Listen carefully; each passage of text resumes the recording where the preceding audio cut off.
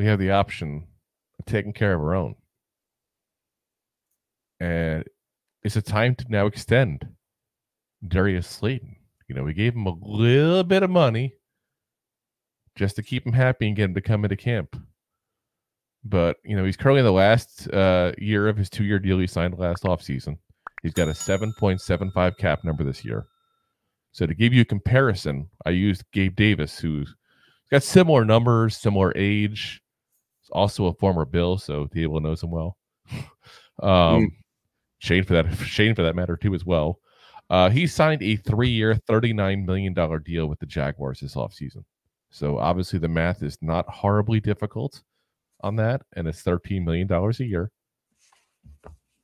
So the question becomes, is Slayton worth that amount to the Giants?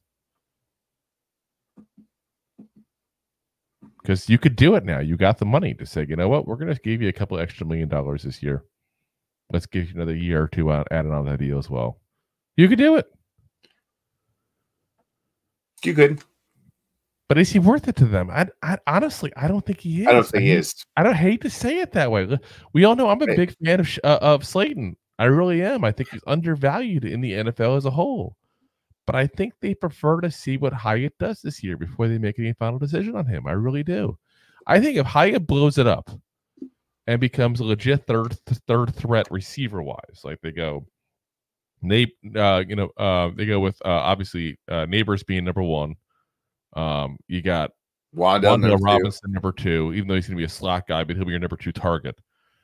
And you put Hyatt on the other side, and let's say Hyatt does 600-700 yards. They're going to say, why do I need Slayton? We already have a younger, cheaper version. That's exactly what they're going to say. 100%. And they're not wrong. From a business standpoint, we want to take the personal stuff and throw that in there sometimes. But from a business standpoint, yeah. There's so many balls to go around at that point, too.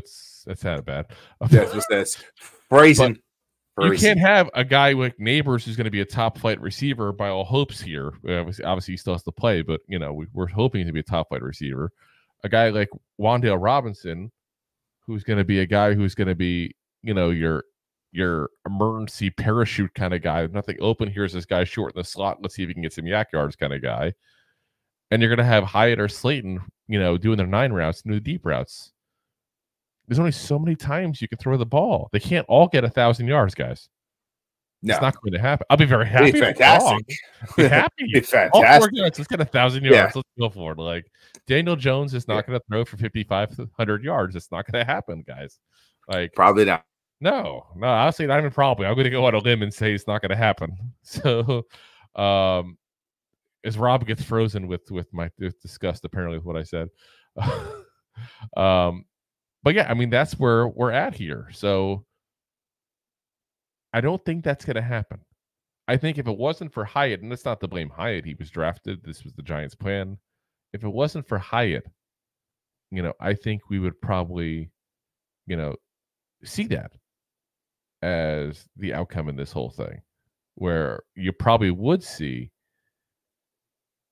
an option to extend him and keep him long term. But I think now instead what you're going to see is they're going to hope that Hyatt's going to take over the role of being that speedy receiver, and they're going to hope that they just save some money. They drafted appropriately by drafting ahead of time, time will tell there. Thanks for listening to Two Giant Goofballs, a New York Giants podcast. We appreciate your support. Thanks so much.